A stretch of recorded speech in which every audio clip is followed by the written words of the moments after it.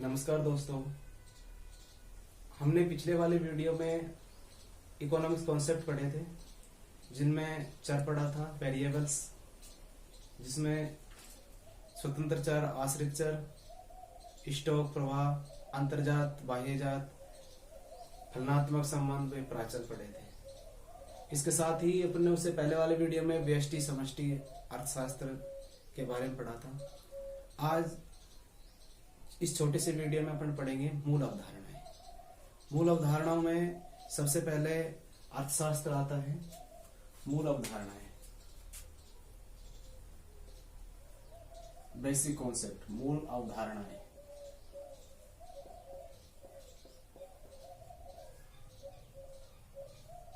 मूल अवधारणाओं में सबसे पहले पढ़ेंगे अपन अर्थशास्त्र।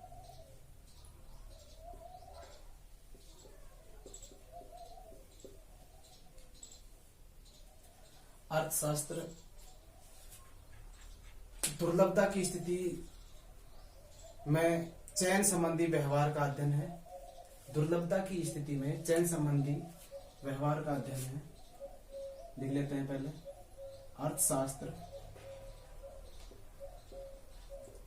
अर्थशास्त्र दुर्लभता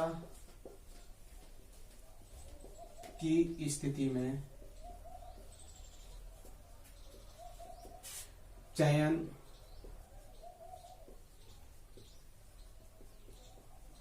संबंधी व्यवहार का अध्ययन है। व्यवहार का अध्ययन है। अर्थशास्त्र दुर्लभता की स्थिति में चयन संबंधी व्यवहार का अध्ययन है। अर्थशास्त्र को अपन धन संबंधी अध्ययन को भी अर्थशास्त्र बोलते हैं। धन से संबंधित जो भी अध्ययन है उसे अर्थशास्त्र बोलते हैं। दूसरे नंबर पे आता है संसाधन। दूसरे नंबर पर क्या आता है? संसाधन। संसाधन मानवीय जरूरतों की तुलना में दुर्लभ है और इन संसाधनों का वैकल्पिक उपयोग है। लिख लेते हैं। मानवीय जरूरतों की तुलना में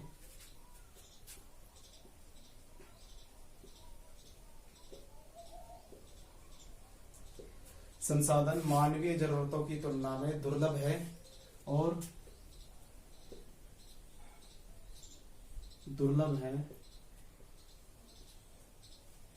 इनका वैकल्पिक या इन संसाधनों का वैकल्पिक उपयोग है। इन संसाधनों के वैकल्पिक उपयोग है। इन संसाधनों के वैकल्पिक उपयोग है, यानी कि जो भी संसाधन है उनका हमें विकल्प मिलते हैं। जो संसाधन है वो दुर्लभ है और इन संसाधनों के वैकल्पिक उपयोग है। ये मूल अवधारणा ही चल रही है अपनी। अगला है चयन संबंधी या चयन की समस्या। अगला पॉइंट है चयन की समस्या।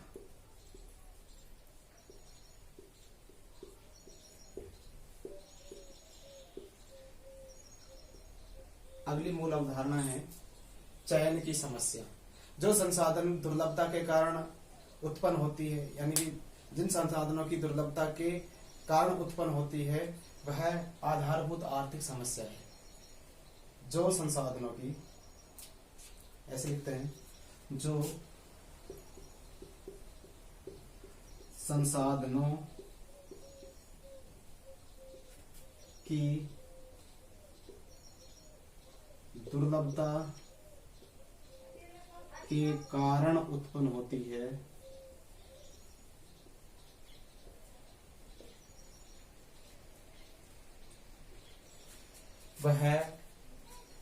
यह आधारभूत आर्थिक समस्या है। यह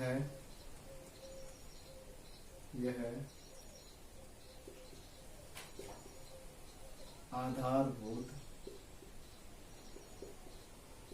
आर्थिक समस्या है। चयन की समस्या का से है मतलब है कि जो संसाधन है वो दुर्लभ है, और दुर्लभता के कारण जो समस्या उत्पन्न होती है वो क्या है, आर्थिक समस्या है। चयन की समस्या से अगला पॉइंट है आर्थिक क्रिया। आर्थिक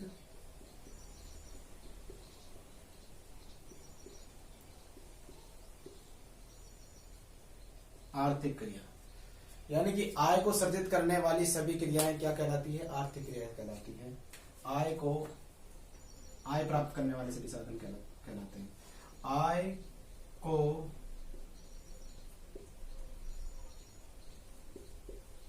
सृजित करने वाली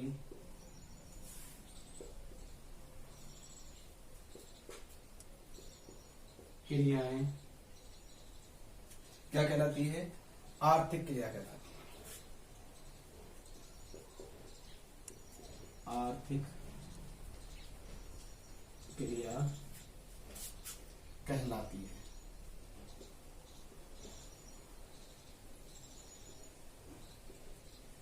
जैसे उत्पादन हो गया, उपभोग हो गया, निवेश हो गया। जैसे उत्पादन, उपभोग व निवेश, इनसे प्राप्त होने वाली आय, उत्पादन से या उपभोग से या निवेश से, वो आय को सृजित करने वाली क्रियाएं क्या कहलाती है, आर्थिक क्रिया। आर्थिक क्रियाओं के बाद है 3 केंद्रीय समस्याएं। अगला पॉइंट है 3 केंद्रीय समस्याएं। 3 केंद्रीय समस्याओं में जो पहली है, ये पॉइंट डाल रहा हूं मैं, क्या उत्पादन किया जाए, उत्पादन क्या किया जाए। इसमें पहली है केंद्रीय समस्याओं में, क्या उत्पादन किया जाए, उत्पादन क्या किया जाए। इसमें हम यह समस्या वस्तुओं और सेवाओं के चयन की समस्या है, चयन से संबंधित है, जिनका उत्पादन भौतिक संसाधनों द्वारा किया जाता है।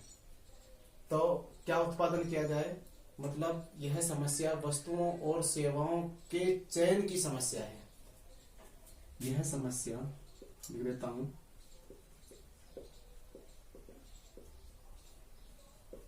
वस्तुओं और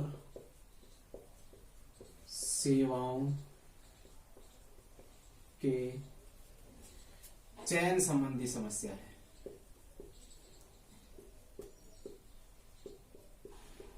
चयन संबंधी समस्या है,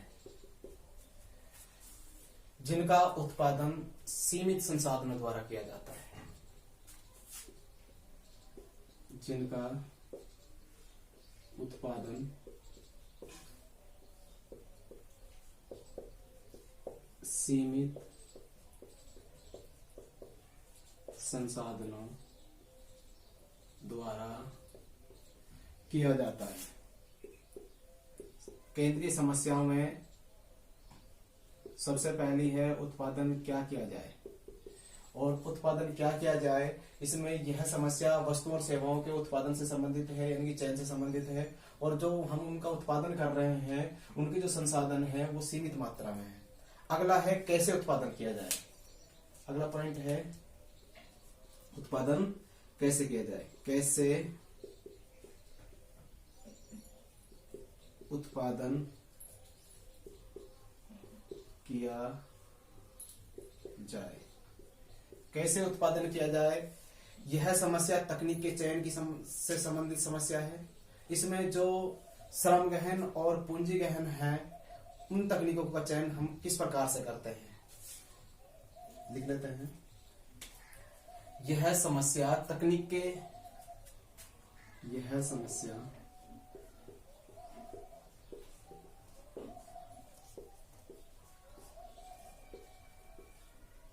तकनीकी के चयन संबंधी समस्या है।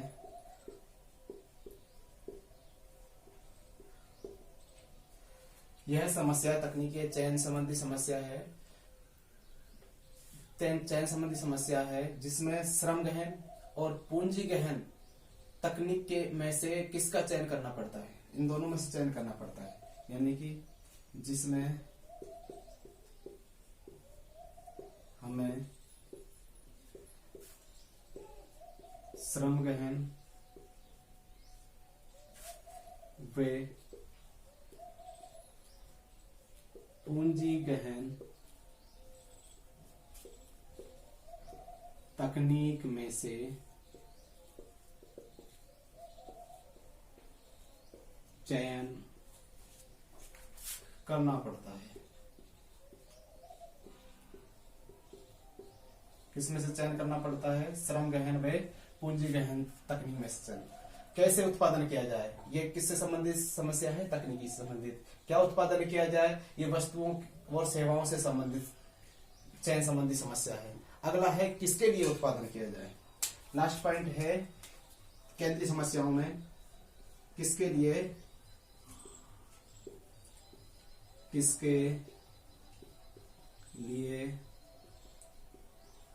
उत्पादन किया जाए। किसके लिए उत्पादन किया जाए? यह समस्या उत्पादन या आय के वितरण की समस्या है। यह समस्या उत्पादन या आय के वितरण की समस्या है। यह समस्या उत्पादन या आय के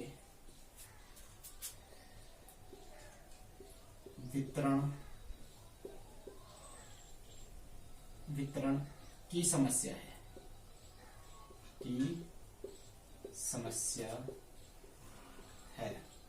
किसके लिए उत्पादन किया जाए? यह समस्या उत्पादन या आय के वितरण की समस्या है। तो 3 केंद्रीय समस्या। इस प्रकार से 5 मूल अवधारणाएं थी। इस प्रकार से हमारा यह टॉपिक क्लियर हुआ। धन्यवाद।